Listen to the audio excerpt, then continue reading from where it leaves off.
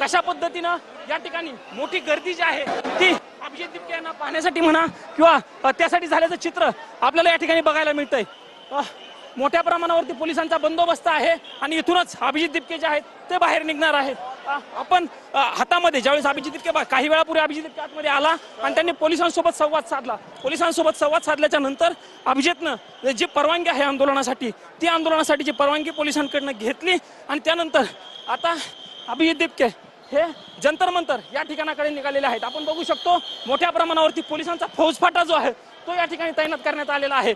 हातामध्ये बाबासाहेब आंबेडकरांचा फोटो आणि या सगळ्या गोष्टी घेऊन अभिजित दिपके जे आहेत त्यांची गाडी आपण निघते। आपण बघतोय की त्यांच्यासोबत त्यांच्या पक्षाचे काही कार्यकर्ते जे आहेत ते असल्याचं बघायला मिळतंय। एका गाडीमध्ये अभिजित दिपके आणि रांका त्यांचे स्पोक्स पर्सन होते ते दोघं या ठिकाणावरनं निघालेले आहेत।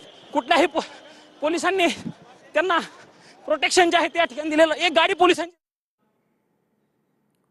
तर दिल्ली विमानतळावरून अभिजित दिपके सध्या निघालेले आहेत। आता थेट ते जंतर मंतर मध्ये जाणार आहेत। 8:15च्या सुमारास ते दिल्ली विमानतळावर दाखल झाले आणि आता 9:15 वाजता ते दिल्ली विमानतळावरून बाहेर पडतात। बाहेर पडताना त्यांनी बाबासाहेब आंबेडकर यांचा फोटो असलेलं पुस्तक दाखवलं। माध्यमांना कोणतीही प्रतिक्रिया त्यांनी दिलेली नाहीये आणि थेट ते आता जंतर मंतरसाठी रवाना झालेले आहेत।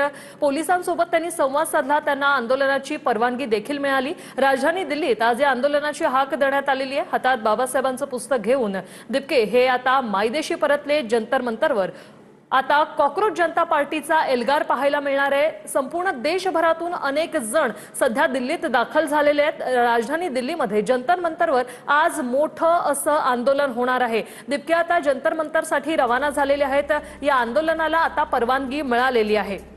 कॉकरोच जनता पार्टीचे संस्थापक अभिजित दिपके हे सध्या थोड्याच वेळात जंतर मंतरवर दाखल होतील। नीट पेपर फुटी प्रकरण असेल, त्याचप्रमाणे परीक्षांमधील गैरव्यवहार असेल, या विरोधात हे आंदोलन पुकारण्यात आलेलं आहे।